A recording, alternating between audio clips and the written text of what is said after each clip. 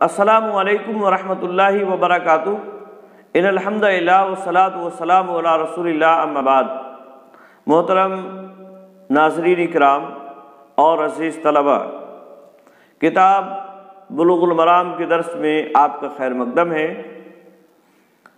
باب و شروط الصلاۃ چل رہا ہے۔ اس باب کی چند احادیث اس سے پہلے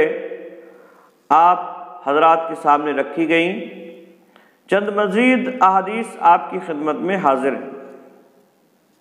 چنانچہ پہلی حدیث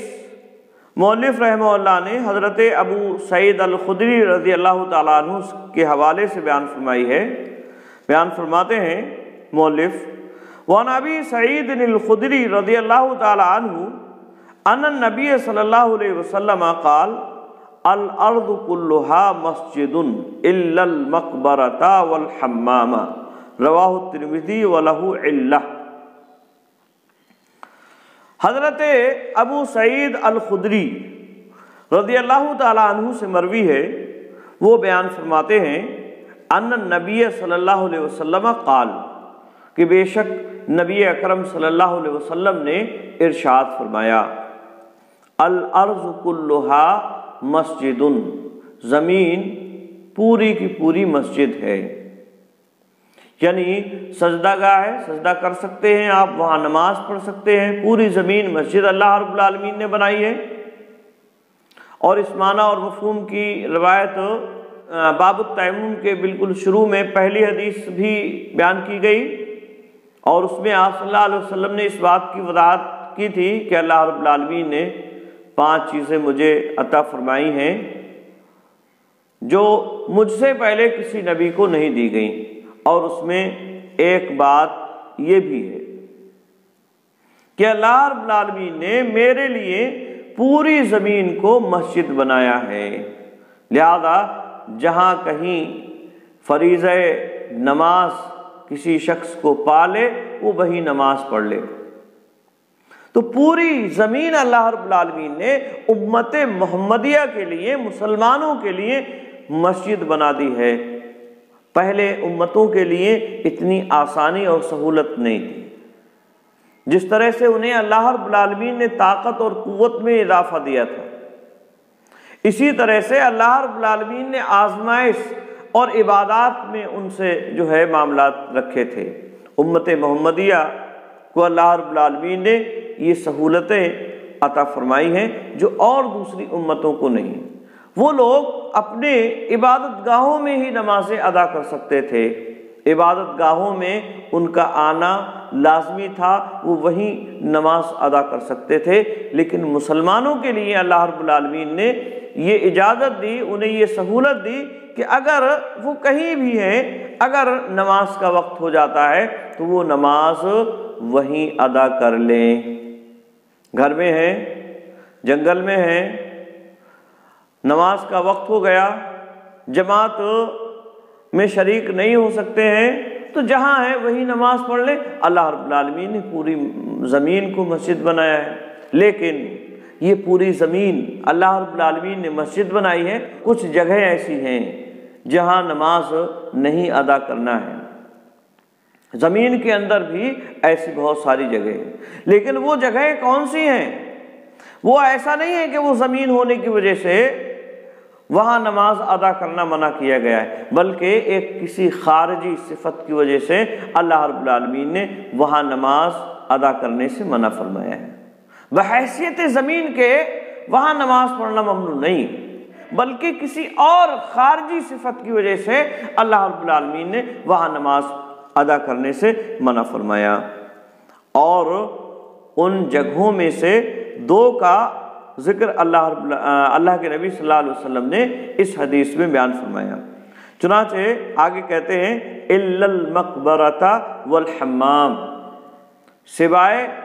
مقبرہ اور حمام کے۔ مقبرہ مطلب قبرستان، یعنی اگر کہیں قبرستان ہے تو قبرستان میں نماز پڑھنا ممنوع ہے۔ اور یہ ممنوع اس لیے ہے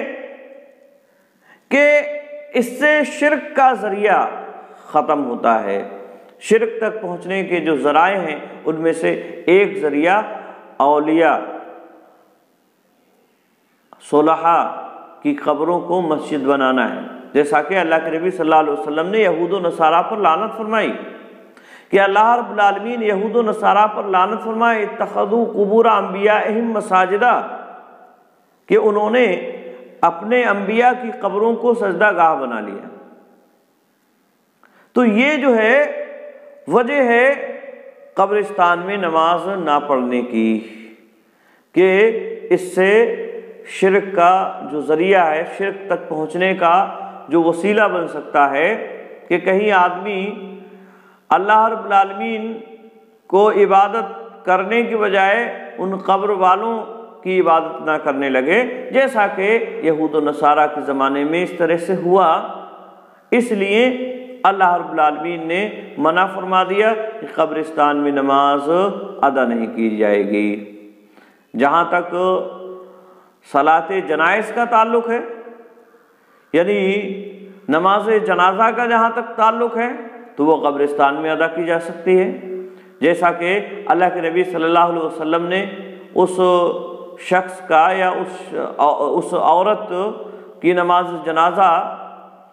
قبرستان میں جا کے اس کی قبر پر پڑھائی جو مسجد میں جھاڑو دیا کرتا تھا۔ آپ کو اس کی اطلاع نہیں ہو پائی، بعد میں آپ کو معلوم ہوا، تو آپ صلی اللہ علیہ وسلم اس کی نماز جنازہ پڑھانے کے لیے قبرستان گئے۔ کتاب الجنائز میں اس کا ذکر آئندہ آئے گا۔ تو یہ یاد رہے کہ قبرستان میں جو نماز پڑھنے سے منع کیا گیا وہ سد ذریعہ، یعنی شرک کا جو ذریعہ ہے اس کو بند کرنے کے لیے، اسے روکنے کے لیے، اس لیے نہیں کہ وہ جگہ ناپاک ہے، وہ جگہ ناپاک ہے اس لیے نہیں، جیسا کہ بعض لوگوں نے یہ بات بھی کہی ہے کہ قبرستان میں نماز پڑھنے سے اس لیے منع کیا گیا کہ وہ جگہ ناپاک ہے، کیونکہ اس میں مردہ جب دفن کیا جاتا ہے تو ایسی صورت میں وہ پیپ، خون وغیرہ جو ہے یہ مٹی میں مل جاتا ہے، شامل ہو جاتا ہے۔ لیکن یہ رائے کمزور، یہ بات درست نہیں ہے، کیونکہ اللہ رب العالمین نے جو گندگیاں ہیں، اس طرح کے جو خون وغیرہ ہیں، یہ بظاہر ایک دوسری شکل میں تبدیل ہو چکے ہیں، دوسری شکل میں تبدیل ہو چکے ہیں اور وہ نجس نہیں رہے، وہ نجس نہیں۔ اور اگر یہی حکمت ہوتی تو پھر انبیاء علیہم الصلاۃ والسلام کہ قبرستان میں نماز پڑھنے سے پھر کیوں منع کیا؟ ان کے اجسام، ان کے جسموں کو تو مٹی نہیں کھاتی ہے، وہ تو سڑتے اور گلتے نہیں ہیں۔ انبیاء علیہم الصلاۃ والسلام کے قبرستان میں نماز پڑھنے سے کیوں منع کیا گیا؟ کیوں اللہ کے نبی صلی اللہ علیہ وسلم نے یہود و نصارہ پر لعنت فرمائی کہ انہوں نے اپنے نبیوں کی قبور کو سجدہ گاہ بنا لیا؟ تو یہ رائے جو ہے یہ صحیح نہیں، بلکہ یہ سد ذریعہ جو شرک تک پہنچانے کا ایک ذریعہ بن سکتا ہے کہ آدمی اللہ رب العالمین کو چھوڑ کر کہیں غیر اللہ کی عبادت میں نہ لگ جائے۔ اس لیے اللہ رب العالمین نے یہاں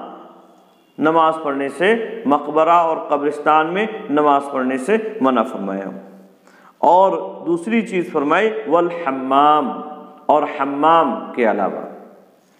یعنی پوری زمین میرے لیے مسجد ہے سوائے مقبرہ اور حمام کے۔ حمام کہتے ہیں اس جگہ کو، اصل کے اعتبار سے یہ اس جگہ کو کہا جاتا ہے جس جگہ گرم پانی سے نہایا جائے، لیکن بعد میں یہ ہر اس مکان یا اس جگہ کو کہنے لگے جہاں بھی غسل کیا جائے، چاہے وہ گرم پانی سے غسل کیا جائے یا ٹھنڈے پانی سے غسل کیا جائے، بہرحال اسے حمام ہی بولا جاتا ہے، جبکہ اصل کے اعتبار سے یہ اس جگہ کے لیے بولا جاتا تھا جہاں گرم پانی سے غسل کیا جائے۔ تو یہ حدیث اس بات کی دلیل ہے کہ زمین مسجد بنائی ہے اللہ رب العالمین نے سوائے ان دو جگہوں کے، اور وہ ہے مقبرہ اور اسی طرح سے حمام۔ راوی کہتے ہیں مؤلف کہتے ہیں رواہ ترمذی، اس کو امام ترمذی نے روایت کیا ہے، وَلَهُ عِلَّةٌ، اور اس میں علت ہے، وَلَهُ عِلَّةٌ، علت ہے اس میں، بیماری، علتن کا مطلب بیماری ہوتا ہے، کمزوری ہوتا ہے۔ اور محدثین کی اصطلاح میں علت اس خرابی کو کہتے ہیں جو بہت پوشیدہ اور باریک، جسے ہر آدمی نہیں سمجھ سکتا ہے، اسے بہت ہی حاذق اور ذہین جو محدثین ہیں جن کا احادیث کے تمام طرق پر ادراک ہے، حدیث کی تمام سندوں پر ان کا ادراک ہے اور وہ تمام سندوں کو جانتے ہیں، وہ ان پوشیدہ علتوں کے جانکار ہوتے ہیں۔ آئی بات میں؟ تو علت یہ محدثین کی اصطلاح میں ایسی پوشیدہ خرابی جو سند وغیرہ میں پائی جاتی ہے جسے عام آدمی نہیں سمجھ سکتا ہے، جسے عام محدث بھی نہیں سمجھ سکتا ہے، بلکہ اسے سمجھنے کے لیے بڑے علم کی ضرورت ہے، سندوں کے تمام طرق اور تمام جو سندیں ہیں ان پر اطلاع کی ضرورت ہے۔ تو یہاں مؤلف نے بیان فرمایا کہ اس میں علت ہے، اور علت یہ ہے کہ یہ روایت حماد، یہ روایت کرتے ہیں، ایک راوی حماد ہیں، یہ موصولاً روایت کرتے ہیں، یعنی ابو سعید الخدری رضی اللہ تعالیٰ عنہ کے واسطے سے روایت کرتے ہیں، جبکہ امام ثوری اس روایت کو مرسلاً روایت کرتے ہیں۔ مرسل کا مطلب یہ ہے یعنی حضرت ابو سعید الخدری رضی اللہ تعالیٰ عنہ جو صحابی ہیں، واسطہ حدیث کے بیان کرنے والے، ان کو حذف کر کے نبی اکرم صلی اللہ علیہ وسلم سے ڈائریکٹ روایت کرتے ہیں۔ اور مرسل جو روایت ہے یہ محفوظ ہے، مرسل روایت کیا ہے؟ محفوظ، یعنی یہ روایت مرسل ہے، اور جب مرسل ہے تو ایسی صورت میں روایت ضعیف ہو جائے گی۔ علت اس میں جب پائی گئی تو ایسی صورت میں یہ روایت ضعیف ہوگی۔ یاد رہے تو خلاصہ کلام اس حدیث کا یہ ہے کہ اس روایت کو لے کر علماء کے درمیان میں اختلاف ہے کہ یہ روایت موصول ہے یا مرفوع ہے یا مرسل ہے، یعنی اس کے موصول اور مرسل ہونے کے تعلق سے علماء کے درمیان میں اختلاف ہے، کیونکہ حماد اسے موصولاً روایت کرتے ہیں جبکہ ثوری اسے مرسلاً روایت کرتے ہیں، اور حماد کے مقابلے میں ثوری یہ زیادہ معتبر ہیں،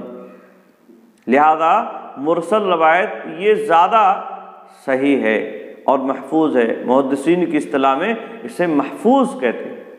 تو مرسل یہ محفوظ ہے، جبکہ حماد کی جو روایت ہے یعنی موصولاً وہ شاذ ہوگی،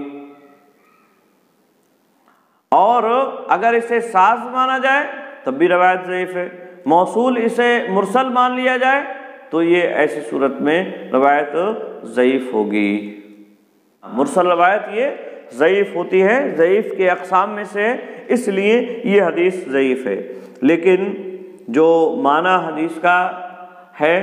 اس کی تائید اور دوسری احادیث سے ہو جاتی ہے، تو وہ بات اپنی جگہ صحیح ہے کہ قبرستان میں یا اسی طرح سے حمام وغیرہ میں نماز ادا کرنا یہ درست نہیں ہے، کیونکہ حمام میں گندگی بھی ہو جایا کرتی ہے، جسم وغیرہ سے جو گندگی صاف ہو کے جا رہی ہے وہ وہاں رہ سکتی ہے۔ ہاں البتہ حمام صفائی ستھرائی ہو گئی ہے، اس کی زمین پاک ہو گئی ہے، اور پھر آدمی اس میں نماز پڑھنا چاہے، ایسی کوئی جگہ اسے نہیں ہے کہ وہ نماز وہاں ادا کر سکے سوائے حمام کے، تو صفائی ستھرائی کے بعد وہاں نماز قائم کی جا سکتی ہے۔ اسی طرح سے ایک دوسری حدیث ہے، وعن ابن عمر رضی اللہ تعالی عنہما قال نہا رسول اللہ صلی اللہ علیہ وسلم ان یصلی فی سبعۃ مواطن المزبلۃ والمجزرۃ والمقبرۃ وقاریۃ الطریق والحمام ومعاطن الابل وفوق ظہر بیت اللہ، رواہ الترمذی وضعفہ۔ حضرت عبداللہ ابن عمر رضی اللہ تعالی عنہما سے مروی ہے، وہ کہتے ہیں کہ رسول اللہ صلی اللہ علیہ وسلم نے منع فرمایا ان یصلی فی سبعۃ مواطن کے 7 جگہوں میں نماز ادا کی جائے، یعنی 7 جگہوں میں آپ صلی اللہ علیہ وسلم نے نماز پڑھنے سے منع فرمایا۔ یعنی اس پوری زمین مسجد اللہ رب العالمین نے بنائی ہے، لیکن ان 7 جگہوں میں نماز نہیں قائم کرنا ہے، اور ان 7 جگہوں میں نماز قائم کرنے سے آپ صلی اللہ علیہ وسلم نے منع فرمایا۔ اور وہ 7 جگہ کیا ہیں؟ المزبلہ، یاد رہے المزبلہ، المجزرہ یا المقبرہ، یہ جو آگے الفاظ آ رہے ہیں ان پر تینوں طرح کا اعراب پڑھنا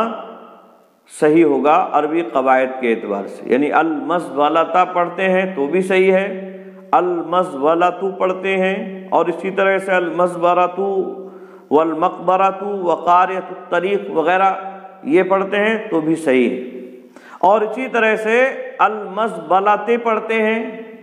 اور آگے المجزرۃ پڑھتے ہیں، والمقبرۃ پڑھتے ہیں تو بھی یہ اعراب صحیح ہوگا عربی قواعد کے اعتبار سے۔ فی سبعۃ مواطن، یعنی 7 مواطن پر اسے 7 مواطن سے اسے بدل مانے تو ایسی صورت میں المزبلہ پڑھیں گے، یعنی کسرہ کے ساتھ، کیونکہ بدل اور مبدل منہ کا اعراب ایک ہی ہوا کرتا ہے۔ یعنی 7 جگہ اب ان کی وضاحت ہو رہی ہے آگے، ٹھیک ہے؟ تو ایسی صورت میں یہ بدل اور مبدل منہ کا اعراب مانتے ہوئے کسرہ پڑھیں گے المزبلتی والمجزرتی والمقبرتی، اور ایسی صورت میں کسی بھی چیز کو محذوف یا مقدر ماننے کی ضرورت نہیں پڑتی ہے۔ اور اگر ہم اسے مرفوع پڑھتے ہیں یعنی المزبلۃ پڑھتے ہیں تو یہ مبتدا محذوف کی خبر ہوگی، اور وہ مبتدا احدھا ثانیھا ثالثھا، ان میں سے پہلی چیز مزبلہ ہے، دوسری چیز مجزرہ ہے، تیسری چیز مقبرہ ہے، چوتھی چیز قاریۃ الطریق الی آخر حدیث۔ آئی بات میں؟ تو یہ جو ہے المزبلۃ پڑھنے کی صورت میں مبتدا محذوف ماننا پڑے گا، اور اگر ہم اسے منصوب پڑھتے ہیں تو ایسا بھی کرنا صحیح ہوگا، اور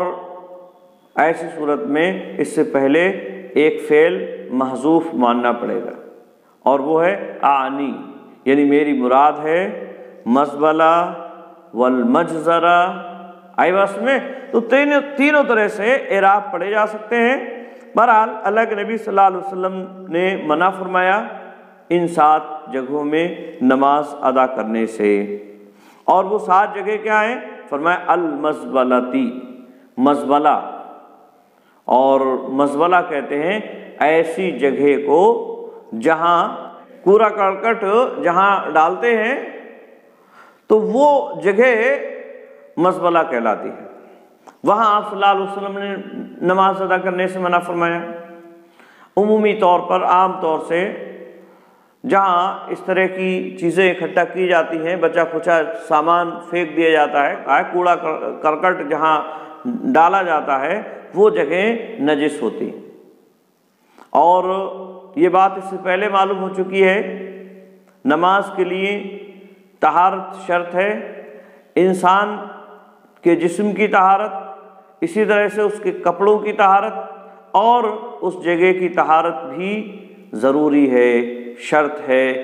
جہاں نماز قائم کی جا رہی ہے۔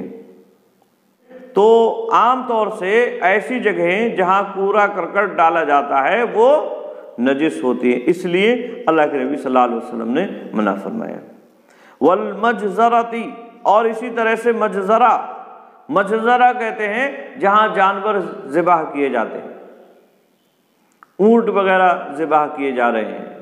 یا اسی طرح سے مذبح خانہ جسے کہا جاتا ہے، سیلٹر ہاؤس جہاں جانور ذبح کیے جا رہے ہیں، وہاں نماز پڑھنے سے بھی آپ صلی اللہ علیہ وسلم نے منع فرمایا۔ کیوں منع فرمایا؟ وہاں خون ہوتا ہے، ذبح کرتے وقت خون گرتا ہے، اور خون نجس،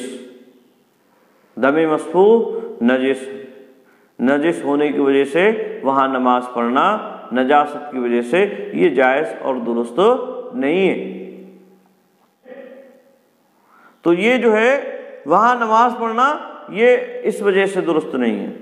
والمقبراتی، اور اسی طرح سے قبرستان مقبرے میں نماز پڑھنے سے منع فرمایا۔ اس سے پہلے والی جو روایت ابو سعید الخدری رضی اللہ تعالیٰ عنہ کے حوالے سے بیان کی گئی، اس میں بھی اس کا ذکر ہے۔ اور فرمایا آگے وقاریۃ الطریق، اور عام راستے، شاہراہ عام، قاریۃ الطریق اے الطرق المقروعہ، اور قاریہ یا مقروعہ کا مطلب کیا ہے؟ یعنی وہ راستے جنہیں روندا جاتا ہے، جنہیں لوگ چلتے ہیں، جن پر شاہراہ عام۔ اور یہاں نماز پڑھنے سے اس لیے ممنوع ہے، منع ہے کہ اس کے ذریعے سے آدمی اپنے لیے اور اسی طرح سے دوسرے لوگوں کے لیے تکلیف کا باعث بنے گا۔ اب راستے میں نماز پڑھ رہے ہیں تو لوگ یا تو سامنے سے بالکل نکلتے ہوئے چلے جائیں، اور خود اس آدمی کے لیے بھی وہاں نماز پڑھنا یہ دشواری اور پریشانی کا سبب ہوگا، اور مسلح جو دوسرے لوگ ہیں نکلنے والے تو ان کے لیے بھی مشکل۔ تو اس میں حقوق کی ادائیگی نہیں ہو پاتی ہے، اور اسی طرح سے اس میں خضوع بھی نہیں آتا ہے۔ اس لیے اللہ کے نبی صلی اللہ علیہ وسلم نے یہاں نماز پڑھنے سے منع فرمایا۔ اور اگلی چیز فرمائی والحمام، اور حمام یعنی غسل خانہ، وہاں نماز پڑھنے سے منع فرمایا۔ ابو سعید الخدری رضی اللہ تعالیٰ عنہ کے حدیث میں یہ چیز بھی موجود ہے۔ وماطن الابل، اور اسی طرح سے اونٹ باندھنے کی جگہوں میں نماز پڑھنے سے آپ صلی اللہ علیہ وسلم نے منع فرمایا۔ اور اونٹ باندھنے کی جگہ جو ہیں، اونٹ باندھنے کی جو اونٹوں کا باڑہ ہے، جہاں نماز پڑھنے سے آپ صلی اللہ علیہ وسلم نے منع فرمایا، اس کی وجہ کیا ہے؟ اس کی وجہ بعض دوسری احادیث میں یہ آپ صلی اللہ علیہ وسلم نے بیان فرمائی کہ وہ شیطان جو ہے اس پر سوار ہوتا ہے، یعنی اونٹ پر شیطان سوار ہوتا ہے، اس کے اندر شیطانیت پائی جاتی ہے۔ چنانچہ اونٹ کے بارے میں کہا جاتا ہے کہ وہ بڑا شریر جانور ہے، اگر کسی انسان کی کھوپڑی کو وہ اپنے منہ سے پکڑ لے تو اسے پھوڑ دیتا ہے، بڑا شریر جانور ہے اونٹ۔ تو اس لیے اللہ کے نبی صلی اللہ علیہ وسلم نے معاطن الابل یعنی اونٹ کے باڑے میں نماز ادا کرنے سے منع فرمایا، کیونکہ اگر وہاں نماز پڑھے گا تو ممکن ہے کبھی اس اونٹ کی وجہ سے وہ خسارے میں نہ پڑ جائے، جان نہ گوا بیٹھے۔ ہاں، اس لیے نہیں کہ اس کا پیشاب پاخانہ ناپاک ہے اور وہاں جو ہے ناپاکی اور گندگی پائی جاتی ہے۔ اگر وجہ یہی ہوتی تو بکری کے باڑے میں نماز پڑھنے کی اجازت نہ ہوتی، جہاں بکری باندھی جاتی ہے، رکھی جاتی ہے، وہاں نماز پڑھنے کی اجازت ہے۔ اور بکری کے تعلق سے عام بات یہی ہے کہ وہ ایک جگہ رک کر پیشاب یا مینگنی وغیرہ نہیں کرتی، وہ کبھی ادھر جا رہی، کبھی ادھر جا رہی، کبھی یہاں جا رہی، کبھی وہاں جا رہی، اور جہاں کھڑی ہوتی وہیں پیشاب یا مینگنی وغیرہ کر دیتی ہے۔ تو اس سے جو ہے پوری زمین جہاں وہ ہے جس جگہ وہاں متاثر ہوتی ہے، پوری زمین متاثر ہو جایا کرتی ہے، ٹھیک ہے۔ اور وہاں نماز پڑھنے سے آپ صلی اللہ علیہ وسلم نے منع نہیں فرمایا، وہاں نماز پڑھنے کی رخصت دی ہے آپ صلی اللہ علیہ وسلم نے۔ اگر کوئی آدمی بکری کے باڑے میں ہے تو وہاں نماز ادا کر سکتا ہے۔ اس سے یہ بات معلوم ہو رہی ہے کہ اونٹ کے باڑے میں جو نماز پڑھنے کی ممانعت ہے، آپ صلی اللہ علیہ وسلم نے منع فرمایا ہے، تو وہ اس وجہ سے نہیں ہے کہ وہ نجس یا ناپاک، بلکہ اس کی وجہ جیسا کہ اور دوسری احادیث میں بیان کی گئی ہیں، وہ ہے اس کا شیطان ہونا، اس کے اندر شیطنت کا پایا جانا۔ اس وجہ سے اللہ کے نبی صلی اللہ علیہ وسلم نے اونٹ کے بارے میں نماز پڑھنے سے منع فرمایا۔ اور اسی طرح سے آخری چیز